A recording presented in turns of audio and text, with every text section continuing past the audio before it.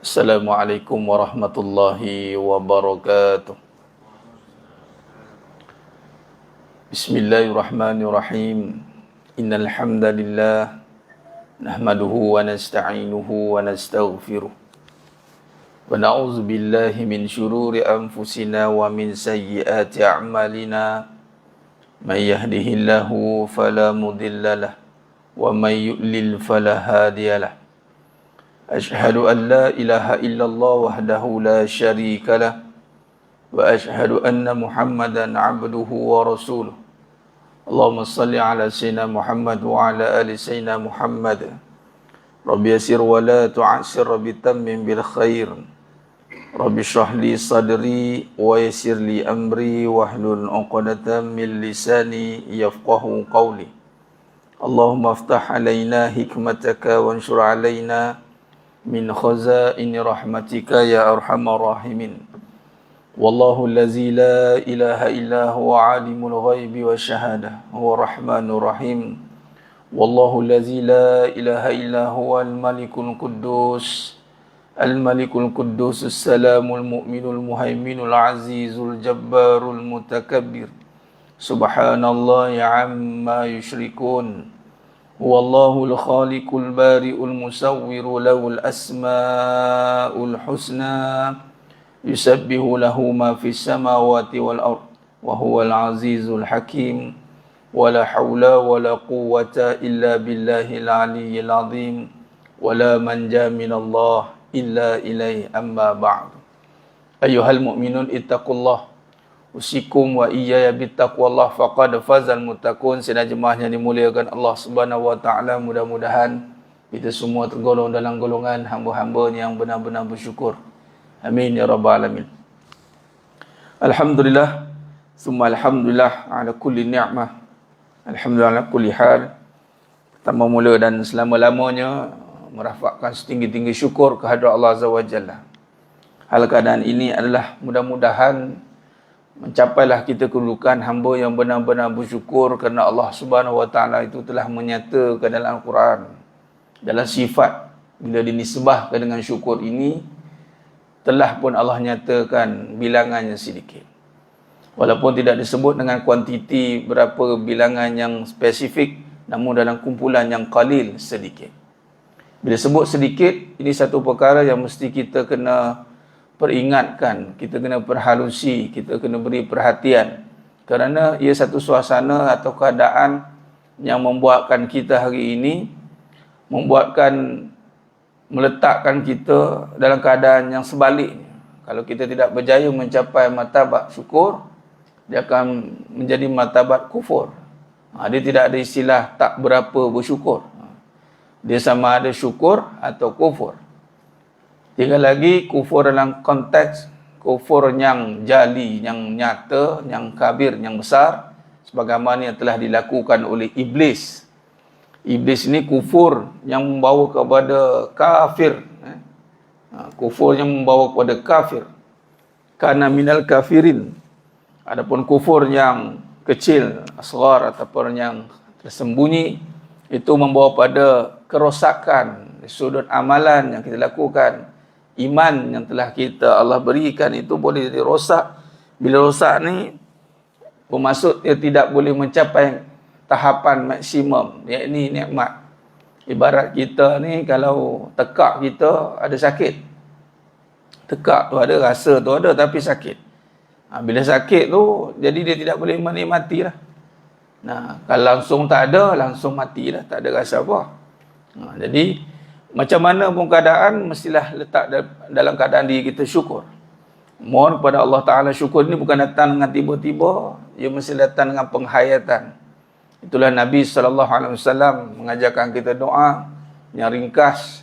Nama doa ini tidak pernah ditinggalkan oleh baginda Nabi Muhammad SAW. Itulah yang berbunyi, Allahumma a'inni ala zikrika wa syukrika wa husni ibadatik. Dimulakan dengan kalimat isti'anah, jemaah sekalian. Ini syukur itu dimulakan dengan memohon pertolongan sebenarnya. Syukur datang bukan dengan perbuatan kita semata-mata. Ia mesti dimulakan dengan pertolongan. Yang pertama, pertolongan itu datang dengan bantuan untuk kita ingat kepada Allah. Allahumma a'inni ala zikrika wa syukrika wa husni ibadatik. Itu semua wow, semua tu bermaksud ianya berserta, bersama, dan. Memohon pertolongan untuk ingat kepada Allah. Ingat ni pun satu perbahasan yang cukup luas, cukup besar. Sehingga kan kalau kita kaitkan dengan syukur balik, bermaksud kalau sedikit hamba-Ku yang bersyukur, kata Allah, bermaksud ianya berkaitan dengan ingat sedikit hamba-Ku yang ingat. Kalau dinisbahkan dengan perbuatan itu adalah tanda syukur dan ingat, belum tentu. Ada orang yang buat itu bukan dengan ingat. Yang ini buat itu bermaksud sebagai contoh beribadah. Beribadah itu sebagai contoh, lihat pada iblis, telah pun Allah takdirkan kejadian awalnya itu Azazil. Ya, ini dalam keadaan jin yang baik, kejadian yang taat beserta dengan para malaikat. Kalau ikut perbuatan, dia telah melepasi lah kedudukan tu. Dah orang kita dah boleh kata confident lah. Perbuatan kan. Tapi barang perlu diingat, bicara soal iman tentang Allah ni, berurusan dengan Allah. Perbuatan tu urusan dengan diri kita sebenarnya. Perbuatan kita buat. Kita ni maksudnya Allah tidak berhajat kepada amalan kita. Atau kita kena faham dalam perbahasan ibadah dengan sifat Allah yang istighna. Yang Allah Maha Kaya ni, yakni tidak berhajat kepada apa perbuatan makhluknya atau hamba-hambanya. Allah suruh buat, tapi Allah tak ada berhajat pada suruhan itu. Macam kita makhluk ni, kalau kita suruh, pasti ada timbal balik. Mesti ada hajat. Kita ambil orang kerja, kita ada hajat atas khidmat dia, lalu kita pun bagi juga apa yang kita ada, sebab dia dah bagi apa yang dia ada. Tapi Allah SWT itu istighna. Allah bagi kita kerja, sebenarnya Allah tak perlukan kerja kita. Habis tu, siapa yang perlukan? Kita yang perlukan kerja. Tolonglah bagi kerja Tuhan. Saya tak ada kerja ni. Kalau tak ada kerja ni, payah nanti gaji pun tak ada. Saya nak Sarah, nak bini ni. Buah kata, tak ada kerja kat tempat ni. Tolonglah Tuhan. Okeylah kalau macam tu, saya ciptalah peluang pekerjaan. Yang mana peluang pekerjaan ini bukan untuk saya, untuk kamu. Kalau ikut aku tak perlukan kau kerja kat sini. Tapi kerana memandangkan kau tak ada tempat lain nak kerja, maka aku ciptalah peluang pekerjaan untuk kau. Maka setelah lama 20 tahun bekerja, bos pun ulang balik perkataan tu. Sebenarnya, kau ada kat sini, aku tak perlukan kau pun. Agak-agak kita rasa macam mana? Dah 20 tahun kerja. Terasa hati saya, bos. Apa terasanya? Mula-mula sekali, apa akad kamu? Aku tak perlukan kau, kau yang perlukan aku. Jadi kalau kau perlukan aku, maka kau buatlah kerja apa yang aku suruh. Satu masa kalau aku tak nak, aku buanglah. Kerana akad permulaan aku tak perlukan kau. Nah, begitulah kita beramal. Amalan yang kita sangka kan kita lakukan ni, kita bagi yang tidak memahami jalur akidah, perbahasan tauhid, mungkin dia menyangka dia beramal, Allah perlukan dia. Wallahi, dalam qiyamu ta'ala binafsi, Allah itu bersifat istighna. Allah tak perlukan hamba-hambanya. Jadi maksud apa? Maksud jangan kira kita beramal, kita sudah berasa pada kedudukan yang tetap. Tak. Telah Allah nyatakan, Allah buktikan dengan kejadian iblis. Iblis dalam amalan yang begitu, orang kata apa, perfect lah. Perfect ni baik dengan malaikat. Tetapi akhirnya Allah nyatakan Quran, kana minal kafirin. Macam mana boleh kana minal kafirin? Adakah dia tidak beramal? Tidak. Kalau kafirin merujuk berapa? Syukur dulu. Gagal dia bersyukur, maka dia kufur. Kufur bagaimana? Kafir. Bermaksud dia gagal bersyukur. Bagaimana dia gagal bersyukur sedangkan dia telah beramal? Inilah yang dikatakan amalan itu belum tentu menyatakan tanda kesyukuran. Tetapi orang yang bersyukur itu pasti menyatakan amalan. Pasti dia beramal. Orang bersyukur, terima kasih Tuhan, terima saya kerja kat sini. Terima kasih Tuhan, saya akan buat yang terbaik. Saya akan beri yang terbaik. Cakap apa sajalah. Tak apalah, saya yang perlukan kerja Tuhan. Tuhan tak perlukan saya, tak apa. Tapi saya perlukan Tuhan. Maka dengan statement begitu, dia pun datang kerja dengan begitu semangat. Daripada day one, hari yang pertama dia kerja, sehinggalah hari ke 20 tahun, dia tetap bersemangat. Kenapa? Kerana dia yang perlukan kerja tu. Orang, kita perlukan barang tu, mestilah kita jaga. Melainkan kita sendiri yang menzalimi diri kita. Tu kata Allah, Rabbana zalamna anfusana. Allah ajar doa yang dibacakan oleh Nabi Adam AS. Aku bagi amalan, kau tak buat, engkau menzalimi diri kau sendiri. Ya tak, ya kan? Ya benar. Macam tamsilannya kita bekerja. Yang perlukan kerja kita, yang nak dapat gaji kita. Tiba-tiba kita tak jaga dia, kita lah rugi. Begitulah amalan.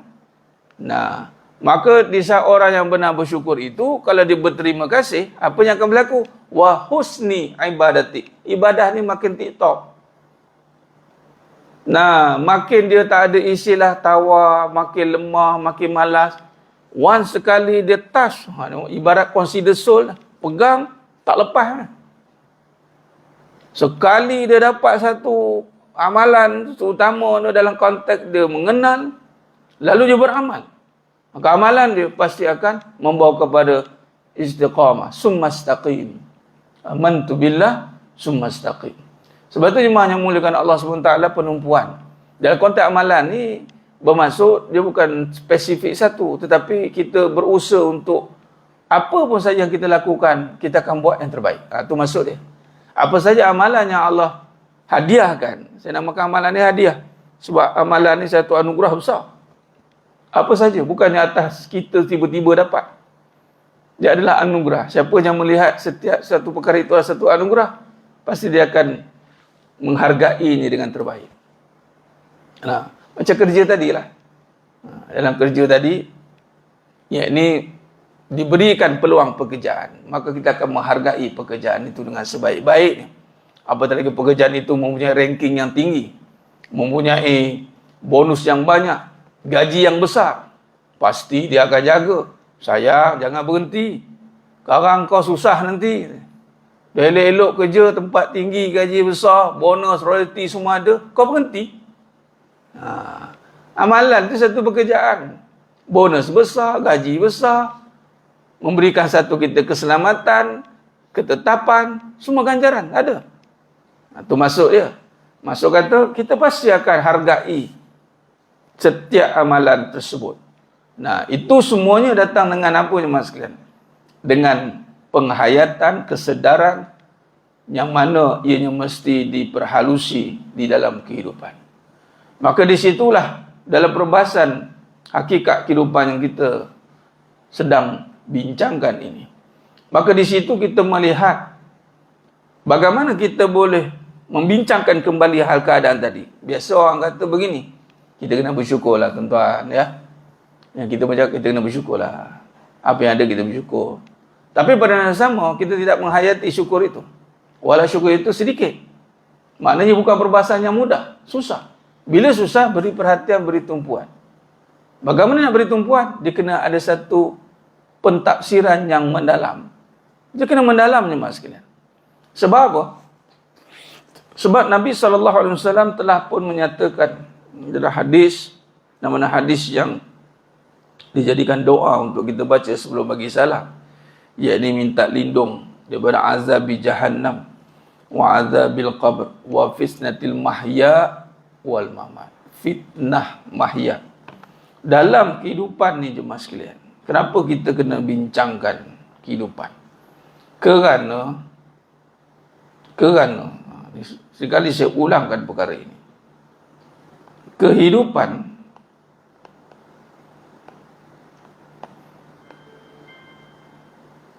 dan kita melihat amalan. Ini kehidupan satu bab, amalan satu bab. Baik.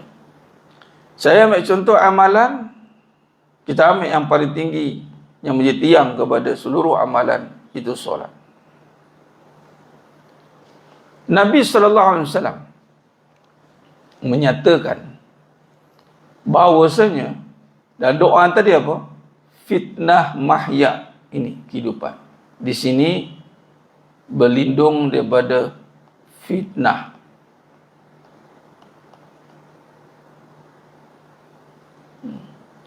Minta lindung daripada fitnah kehidupan. Kenapa? Sebab apabila gagal kita melepasi fitnah ini, fitnah ni apa? Kita dah bincang dah, iaitu cubaan.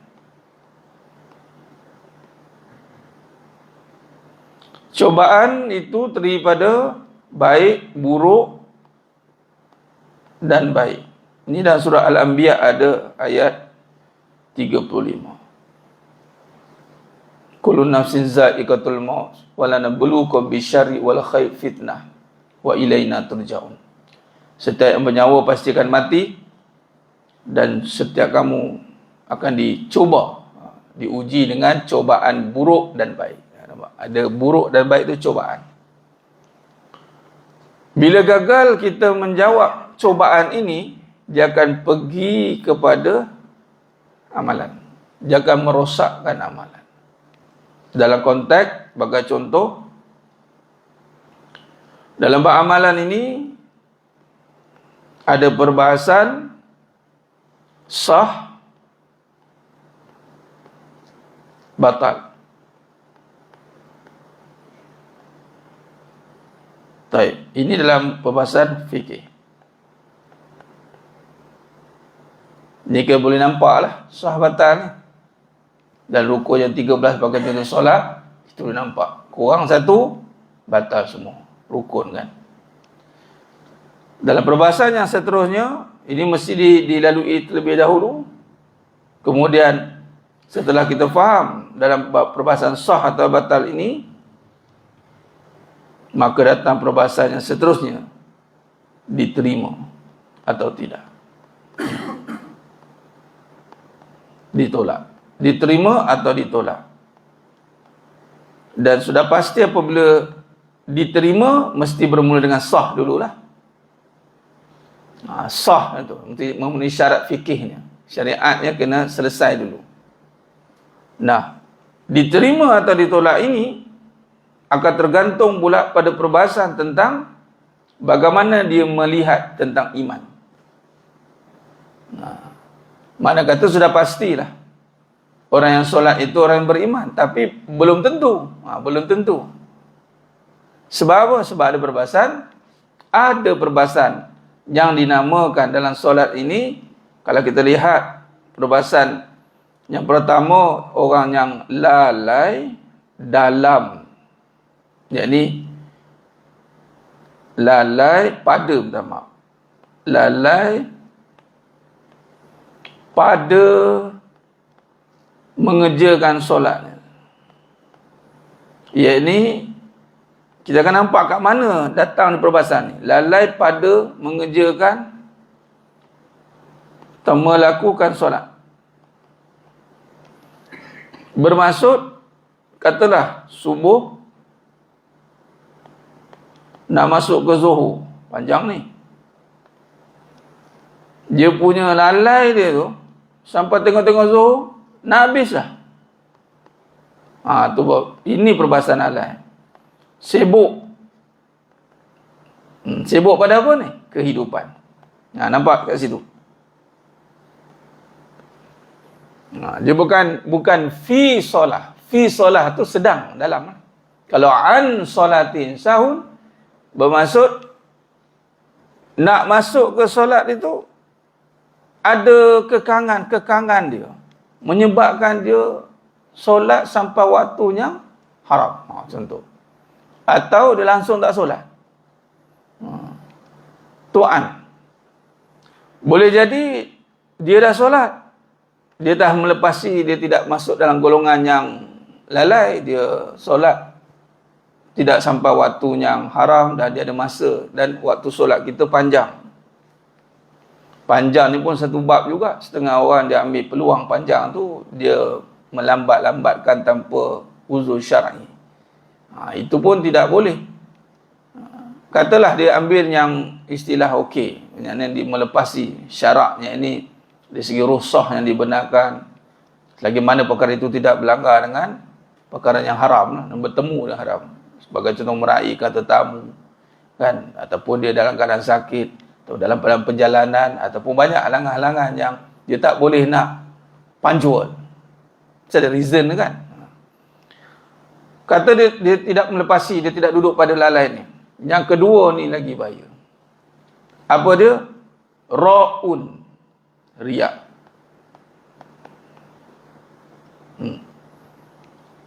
Dalam kehidupan itu, lalai itu sibuk, riak itu menunjuk. Kan dalam hidup kita ni kan dua benda ni akan berlaku. Kehidupan. Ramai yang menyibuk, sibuk. Ramai yang menunjuk. Atau kita gabungkan, sibuk nak menunjuk.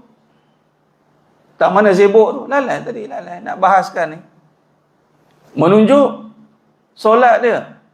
Bukan solat dia tu nak nunjuk. Tak ada lagi lah orang buat live time solat. Melainkan imam lah. Itu pun time tarawih lah kot. Ataupun masjid-masjid besar yang ada live streaming time solat. Sebagai contoh Masjidil Haram kan. Oh, kemah kan. Tak apa lah. Dan memang sistem je macam itu. Bukan yang tiba time solat bawa handphone. Buat tripod sendiri. Buat apa ni? Nak tunjuklah saya solat. Orang tak tahu ni. Tak ada lagi orang buat kerjaan macam itu. Pergi masjid. Buat konten. Hari-hari pergi masjid. Tak ada. Tapi kalau konten yang mulai tu ada lah. Dia konten dia tak tunjuklah sejadah dia tu. Sikit lah CP-CP. Tapi dia tunjuk apa? Pukul 4.20 pagi. Orang tahu lah. 4.20 pagi ni orang tak ada fikir lain. Takkan 4.20 pagi pergi benda-benda nganggut kan. Walaupun ada wujud perkara itu. Tapi biasanya 4.20 pagi. Orang dah faham ni ahli tahajud ni. Ahli tahajud. Geng, jom geng. Kita join the club. Gelap 4.0, 4.0. Amboi. Apa ni? Ni geng-geng 4 pagi ni. Amboi. Nampak macam kemas dah kan? Hati-hati nanti lemah nanti. Mungkin kalau training okeylah berkumpulan. Tapi amalan ni bukan berkumpulan begitu.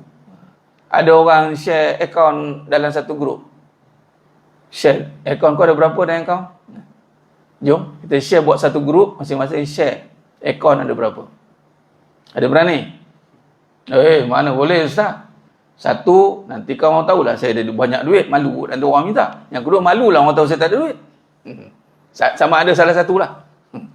Salah satu. Sama ada nanti orang tahu banyak duit, nyanyi aku, ataupun tak ada duit, malu aku. Tak payahlah share.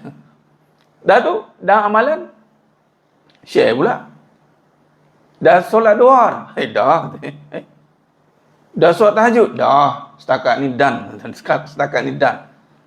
Berapa hari zikir hari? Saya cuba maintain 1000 sehari. Satu sudut nampak macam bagus lah nak menggalakkan. Tapi kalau bubuh berapa saya ada hari-hari amalan, pelik. Sebaik-baiknya tidak lah. Lagi bagus orang nampaknya macam tak beramal. Lagi bagus. Lagi bagus. Tapi dia ni ahlul ibadah. Daripada orang nampak kita macam beramal, sekali tak beramal, malu kita. Takut. Takut. Lebih baik orang, apa amalan? Saya tak ada amalan, tahu amalan pun dah. Ada amalan tak tahu. Yang ada Nabi ajar gini. Kita ceritalah juga apa yang Nabi ajar tu kan. Itu je lah yang ulama telah amalkan. Tapi tak adalah kita ni sebabkan sepanjang saya amalkan ni mas sekalian. Dikemas tu. Tapi kalau doa, tak ada masalah lah. Doa okey lah. Doa memang untuk kita sebarluaskan. Baik. Berbalik pada diri riak. Menunjuk. Tak mana menunjuk ni? Ini fitnah paling besar mas sekalian. Ramai kadang-kadang kita zaman ni terlepas pandang bab ni. Apa dia? Daripada ibadah yang dilakukan, sebenarnya masih sibuk lagi hati dia. Sibuk nak bagi tahu kesan ibadah dia itu pada kehidupan dia. Hati-hati. Sibuk dia nak bagi tahu yang dia kalau dia jaga solat tu, dia jaga semua amalan dia, bisnes dia bagus. Anak dia dengar kata, suami dia tunduk melirik. Isteri dia bagus sebab apa? Semua sebab aku jaga amalan. Bermaksud dia jaga amalan itu sebenarnya ada lintasan hatinya nak bagi tahu kehidupan aku ini bagus ni sebab aku menjaga amalan. Ni trending ni akhir zaman ni mas sekalian. Trending sangat benda ni. Dan menjadi, kalau kata menjadi ni saya nak bagi tahu, kalau setakat yang mentera umuh pun menjadi, ni kan beramal. Agak-agak macam mana? Masuk kata yang duk mengamalkan perkara mengarut pun menjadi. Ini kan beramal. Masuk kata Allah bagi jadi. Allah bagi jadi. Yang duk mengamal ilmu mengarut pun, lagi bisnes dia. Ilmu pelari. Apa beza orang ilmu pelari yang khurafat dengan ilmu pelari yang halal lah? Yang halal lah maksudnya. Ada halal Ustaz? Yalah dia beramal. Halal tu larilah perniagaan dia. Tapi masalah dia niat nak jadi pelari. Alamak.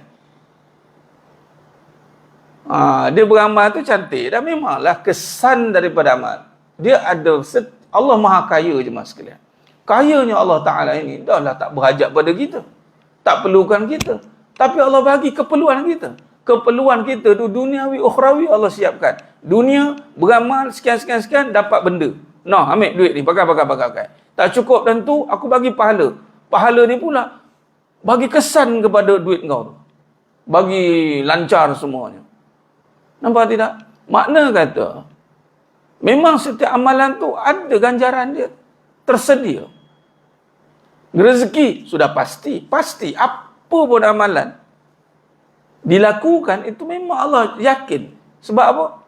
Allah kata siapa bertakwa, aku jamin, aku keluarkan daripada semua permasalahan. Bertakwa ni buat apa Allah suruh, tiga apa Allah larang. Apa amalan? Tak ada yang spesifik. Tapi dia buat dengan kerana dia bertakwa. Dia takwa Allah, dia buat. Kerana ketaatan dia itu, Allah jamin pasti dapat fadilat daripada amalan dia.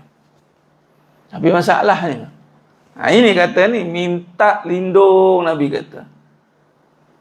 Betapa besarnya perkara ini, Nabi SAW sertakan selaras dengan separas dengan azabi jahannam mu'adzabil qabr wa fitnatil mahya wal mamat wa fitnatil masihid dajjal.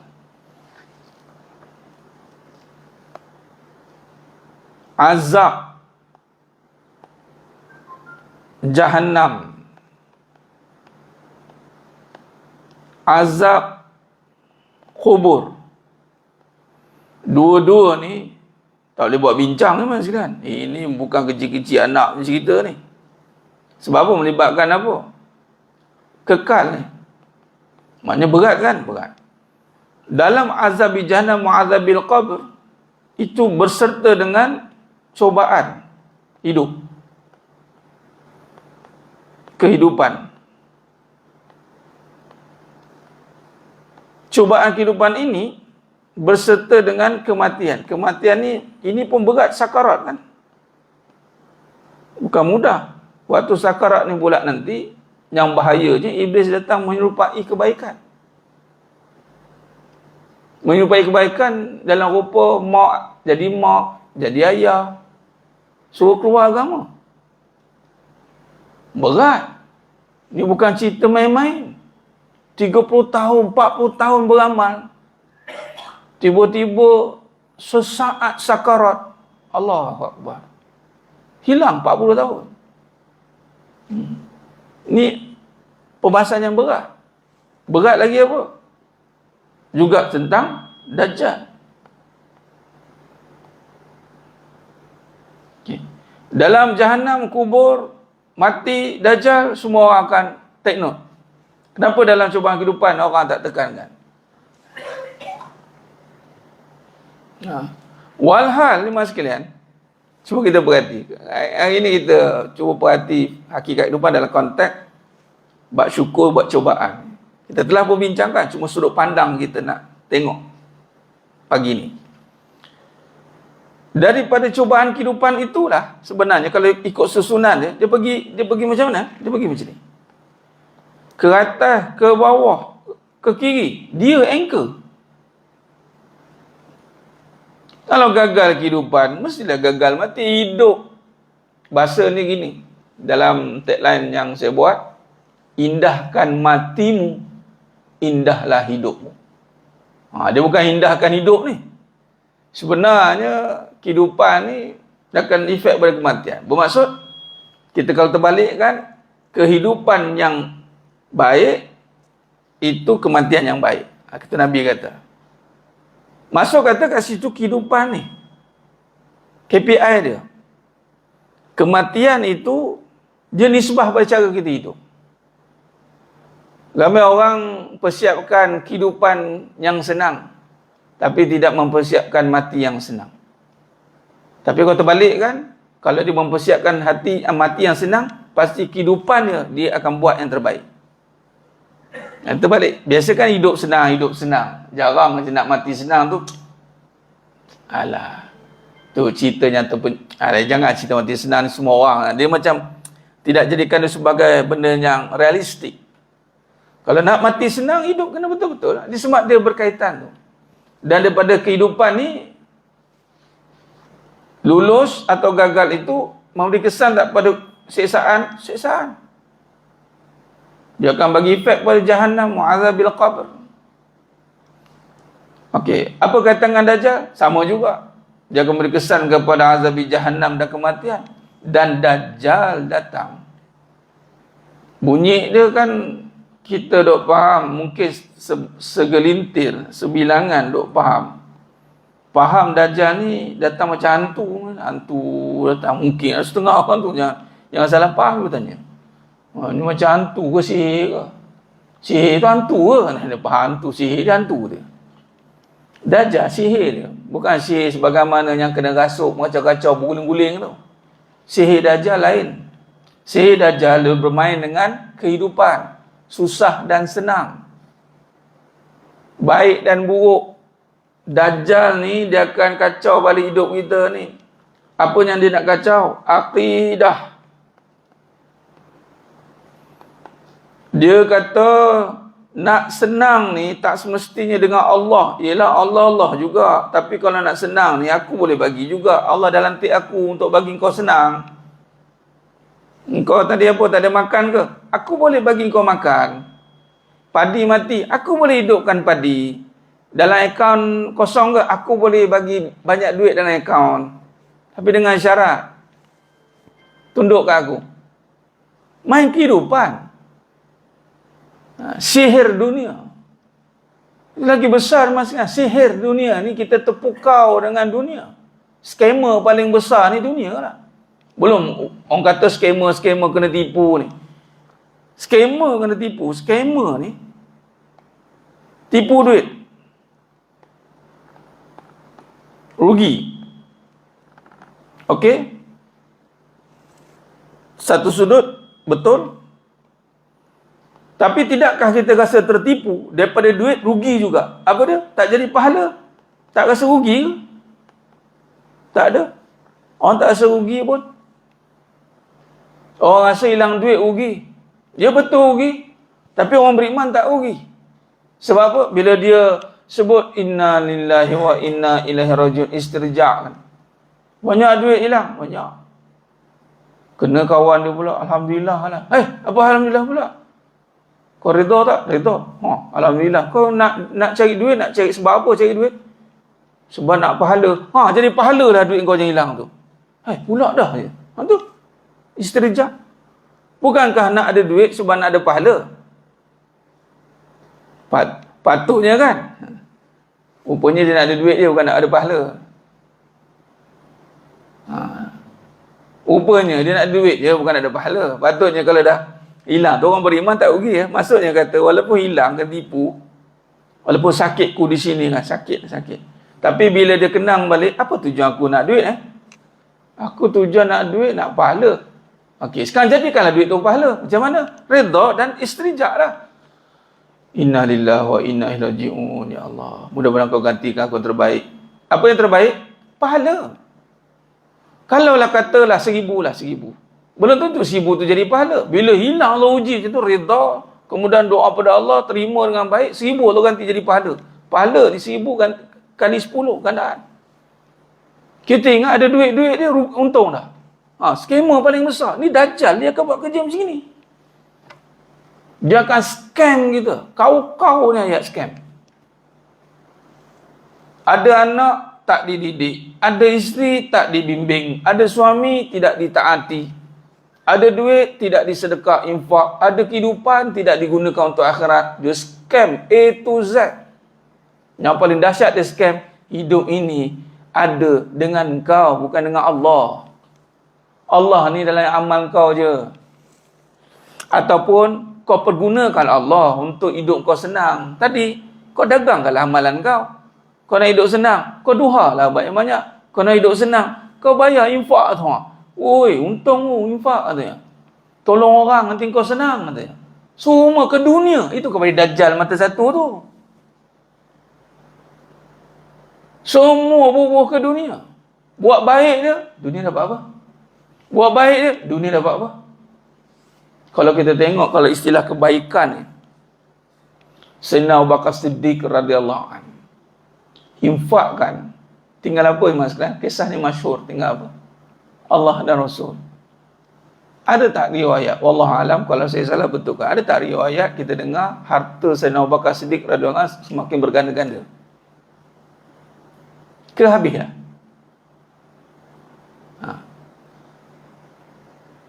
Wanita dambaan wanita-wanita di dunia ini, iaitu wanita solehah, nak menjadi sebagaimana Sayyidatina Khadijah radhiyallahu anha. Malah ada setengah-setengah tu meletakkan Khadijah sebagai tagline dia. Khadijah. Khadijah kan. Saya tak merujuk pada brand mana-mana lah. Umum. Saya nak tanya. Sayyidatina Khadijah radhiyallahu anha itu infak kan? Infak lah. Kepada siapa? Nabi kan? Soalan. Bertambah ke hartanya? Tinggal tulang belulang saja. Kalau boleh dijual. Okay, soalan. Biasa kita fikir kita tolong orang harta kita bertambah. Kita tak fikir ke tolong orang harta kita habis? Ada berani? Habis aku tolong kau. Isteri wanita dunia yang mendambakan menjadi sebagaimana Sayyidatina Khadijah radhiyallahu al-Kubra. Sayyidatina Khadijah radhiyallahu al-Kubra daripada banyak harta habis licin, tak ada apa. Wanita sekarang Elias dekat negara Pasir Dua Berdengung. Bukan kat Malaysia ni, bukan. Ini dekat planet Marikh. Daripada tak ada harta, banyak harta. Siap buat reserve lagi. In case kalau suami tinggalkan, aku dah secure. Aku nak jadi sebagaimana wanita solehah.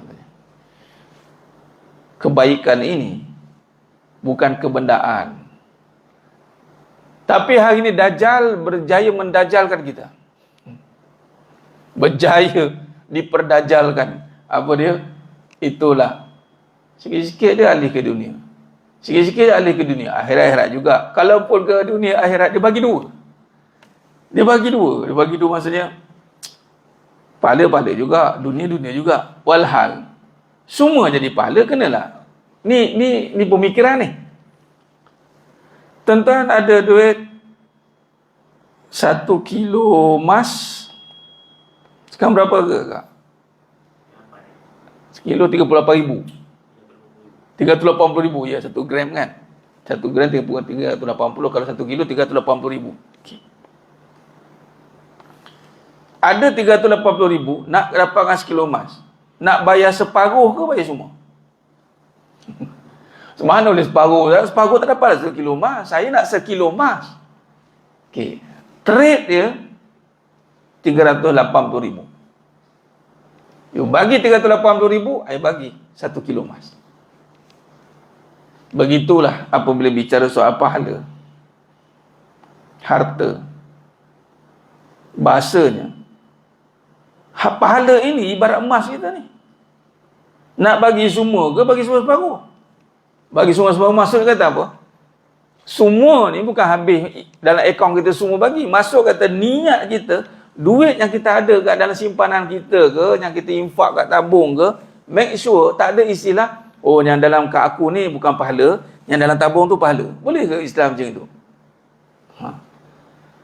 Boleh ke kita kata tak apalah. Kita sebab pemikiran ini semua ni pemikiran. Kita keluar infak, kita masuk, oh yang ini yang pahala. Yang kita tak bagi ni bukan pahala. Kalau macam tu rugilah. Betapa jahilnya manusia hari ni kalau macam itu.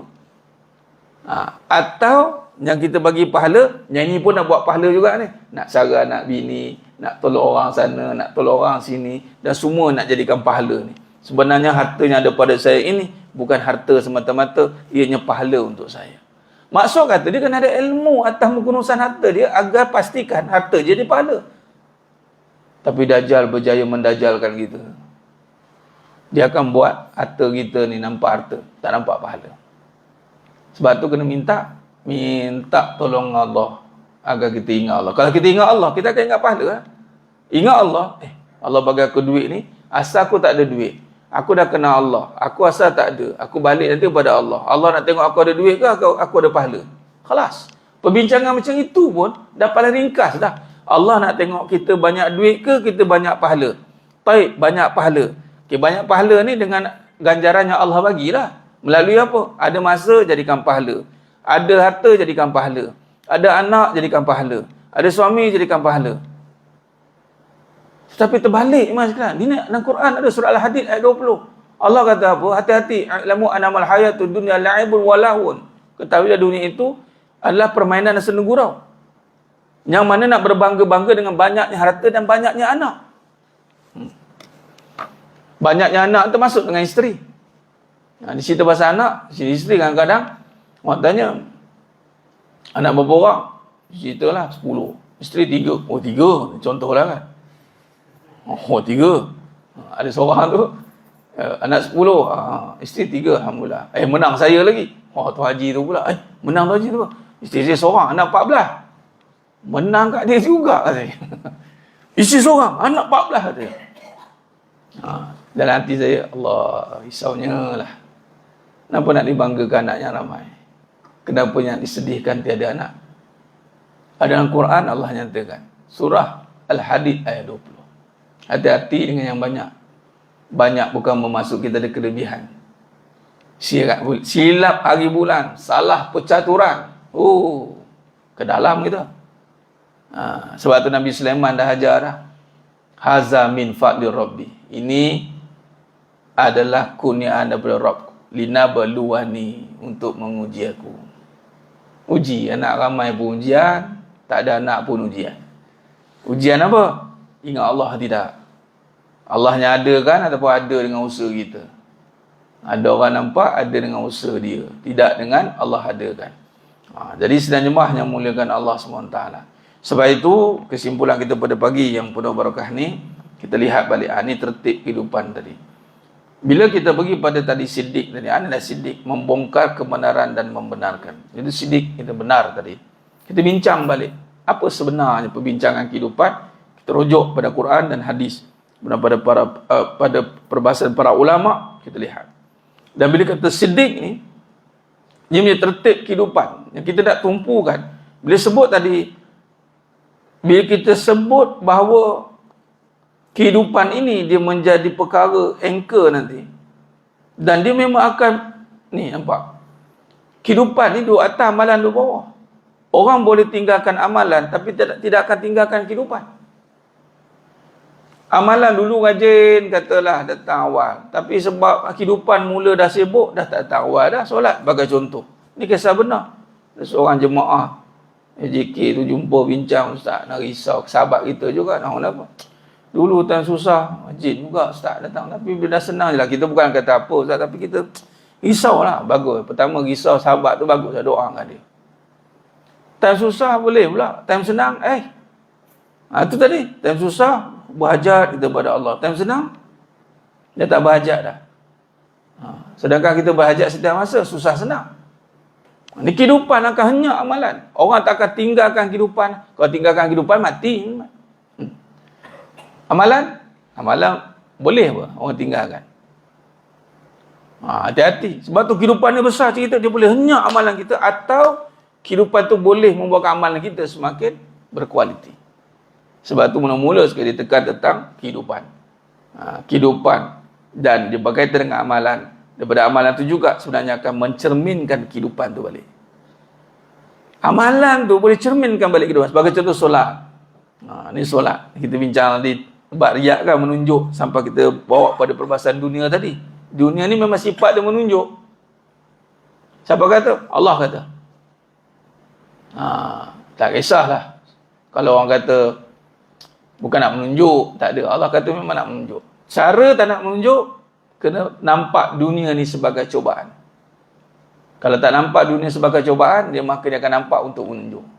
Kalau dia nampak sebagai cubaan, dia kena fokus kepada apa yang nak dicuba atas dunia ni. Dia nak cuba tentang apa? Tadi kita bincang pahala. Kalau nak jadikan pahala, dia tak ada Islam menunjuk lah. Guna untuk pahala lah. Kau untuk guna sebab ada. Kosong je tangan tu.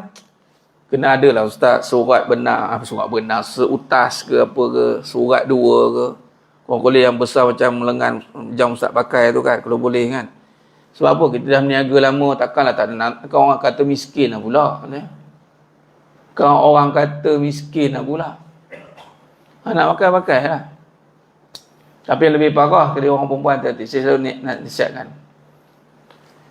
Semua perhiasan pada diri untuk suami. Ingat. Allah jadikan perempuan untuk suami. Dia pakai. Tapi bila balik rumah berhadapan dengan suami, semua dia buka. Simpan. Jadi macam orang miskin papa ke dana.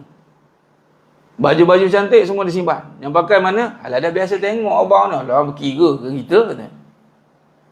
Tapi kau dah biasa tengok yang mana yang cantik tu, kamu pakai kat mana? Yelah saya nak jaga imej abang lah. Kan kalau saya kat luar kau nampak buruk, isteri siapa? Amboi. Alasan. Okey. Nampak macam betul. Nampak tak? Kat luar, hati-hatilah hai. Bukan tak boleh pakai. Tapi pakai untuk siapa? Memang Allah jadikan perempuan untuk suami. Sebab tu kejadian pada Nabi Adam AS. Nabi Adam AS, Siti Hawa tu isteri. Untuk menjadi perhiasan suaminya, walaupun ada syurga tu. Bukan waktu tu siapa ada, tak ada siapa ada waktu tu. Nabi Adam AS, Siti Hawa. Maksudnya kehidupan isteri, suami. Tiba-tiba isteri kelahin pula begini. Contoh, suami is okay. Hati-hati. Itu pun fitnah juga. Allah bagi suami, bagi isteri untuk kita. Jadikan isteri untuk suami lah. Ini satu. Kadang-kadang cara pandang itu menyebabkan kita, amalan dia akan tinggalkan kehidupan, tertipu dengan kehidupan. Jadi ini perlu kita luruskan. Ini perlu kita bincang lagi solat ni, dalam amalan kehidupan, tentang pekerjaan. Nanti kita bincang akan datang. Biasa kita tengok kerja ni, kerja. Solat tak nampak satu pekerjaan.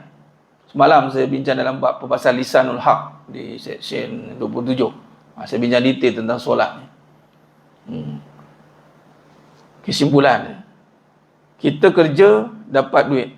Kita faham kerja je yang ada berkaitan duit. Kerja itu melibatkan usaha, tenaga. Solat pun pakai usaha, tenaga juga. Pertama, kenapa tak namakan kerja? Satu. Keduanya, duit yang kita cari, bukankah kita kata nak cari rezeki? Kalau cari rezeki, bukan sekadar duit. Itu hasilan daripada rezeki, salah satunya duit. Rezeki berbicara soal pahala. Bukankah solat itu cari pahala? Kenapa tak kata solat satu pekerjaan? Sebab kita nampak kerja tu duit. Kita nampak tak cari pahala. Satu. Walau rezeki lah yang akan menentukan duit kita. Nakkah kita katakan duit kita tu duit haram? Sanggup? Cuba try orang. Try. Kita kata, kau ni kerja kau ni duit haram. Marah dia. Walaupun dia tak solat. Jangan main. Orang tak suka dengar perkataan tu. Sebab saya bukan pernah test. Memang saya akan test dalam kuliah-kuliah bagi, kalau di kuliah Zohor kan, banyak ni di office. Saya kata, jemaah semua setuju tak kalau saya kata semua datang kerja ni, semua ni haram ni, dosa belaka. Ustaz jangan macam tu ustaz, kita cari rezeki yang halal. Nampak? Rezeki yang halal. Cari rezeki yang halal. Okay. Yang cari duit je. Dia pemula macam confuse, cari duit je. terjemahan rezeki itu salah satunya duit. Itu yang panggil rezeki halal, bermaksud duit yang berkat. Mesti datang pada rezeki yang halal, yang ini tidak melanggar syarak, tidak melanggar perkara hukum yang 5, terutama dalam contoh solat. Sebab tu pekerjaan kita tidak pernah mengganggu waktu solat, kerana solatlah pekerjaan utama. Mana ada ganggu, mana ada masuk kerja waktu subuh. Ada office masuk subuh.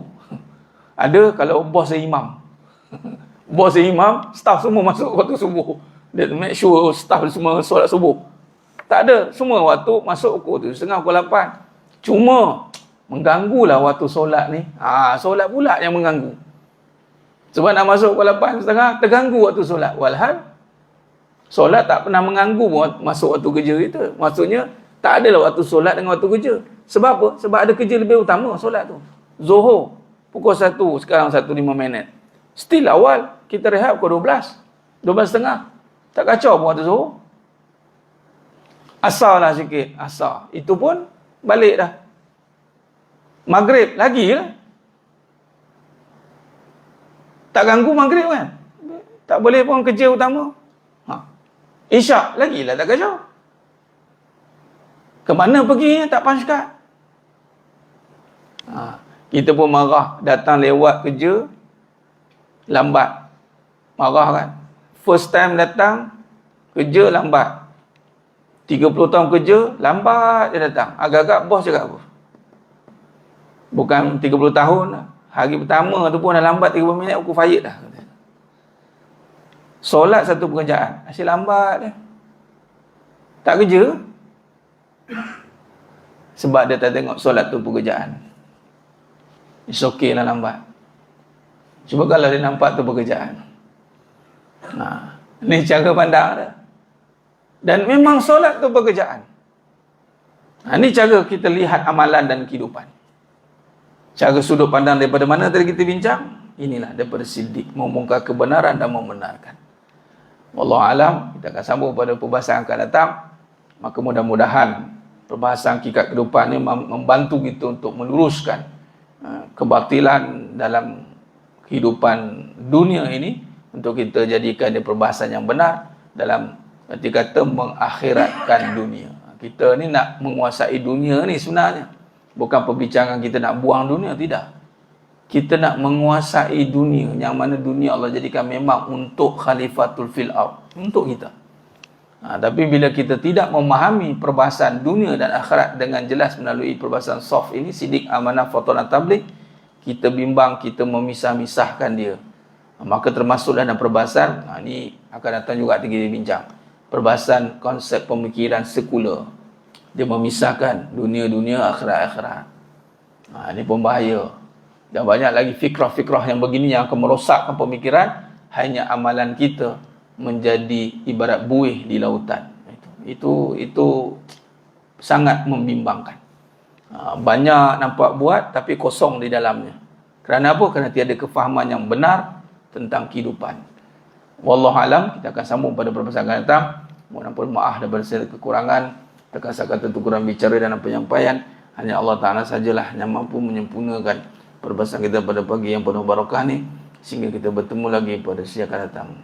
Aku qouli hadza wa sallallahu azim wa lakum wa bila taufiq wal hidayah. Wassalamualaikum warahmatullahi wabarakatuh. Kita tangguh dengan tasbih kafarah dan suratul As. Subhanakallahumma wa bihamdik, asyhadu an la ilaha illa anta, astaghfiruka wa atubu ilaik. Bismillahirrahmanirrahim. Wal 'asr, lal insana fi khusr illa alladhina amanu wa amilus solihati wa tawassaw bil haqq wa tawassaw bis sabr. Wallahu a'lam bissawab. Takbir. Allahu